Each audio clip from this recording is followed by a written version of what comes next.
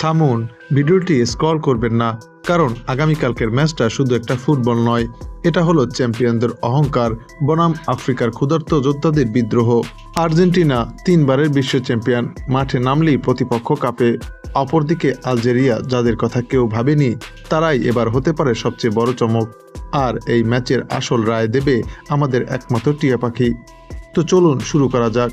সুপ্রিয় দর্শক, FIFA world cup 2026-এর একটি অত্যন্ত গুরুত্বপূর্ণ ম্যাচে মুখোমুখি হতে যাচ্ছে আর্জেন্টিনা বনাম আলজেরিয়া। এই দুই দলের খেলার ফলাফল নিয়ে ইতিমধ্যেই শুরু হয়েছে মিডিয়াতে তোলপাড়। তবে এই ম্যাচের ফলাফল একদিন আগেই ফাঁস করেছে আমাদের সেই জ্যোতিষী টিয়া পাখি। চ্যানেলে নতুন হলে এখনই সাবস্ক্রাইব করুন, আর একটা ভিডিও মিস করতে চাইবেন না। প্রথমেই দুই দলের অ্যানালাইসিস করতে গেলে আর্জেন্টিনার কথা বলতে হবে। আর্জেন্টিনা এখন পোস্ট মেসি যুগে প্রবেশ করেছে, কিন্তু তাদের স্কোয়াডে এখনও বিশ্বমানের খেলোয়াড়রা রয়েছেন।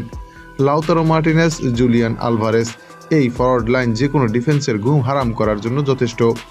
মিডফিল্ডে ডি পলের অভিজ্ঞতা দলকে নিয়ন্ত্রণ দেয়। তবে সত্যি কথা বলতে আর্জেন্টিনা মাঝে মধ্যে মনোযোগ হারায় এবং সেট পিসে দুর্বল।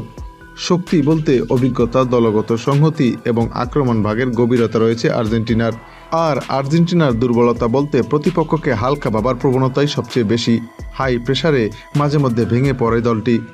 অপরদিকে আলজেরিয়া এবার অনেক পরিপক্ক দল নিয়ে এসেছে।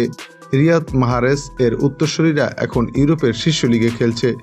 কাউন্টার অ্যাটাকিং ফুটবলে তারা ভয়ঙ্কর, মাত্র একটা সুযোগ পেলেই গোল। তাদের ডিফেন্স সংগঠিত এবং শারীরিকভাবে শক্তিশালী। শক্তি বলতে সুশৃঙ্খল রক্ষণ, দ্রুত কাউন্টার, মানসিক দৃঢ়তা। আর এ কারণেই বিশেষ করে বাংলাদেশে এই ম্যাচের ফলাফল নিয়ে চলছে তুমুল উত্তেজনা।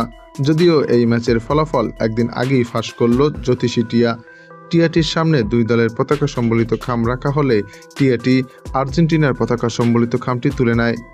তাই বলাই যায়, টিয়ার ভবিষ্যৎবাণী যদি সত্যি হয় তবে আলজেরিয়ার বিপক্ষে আর্জেন্টিনায় জিততে চলেছে।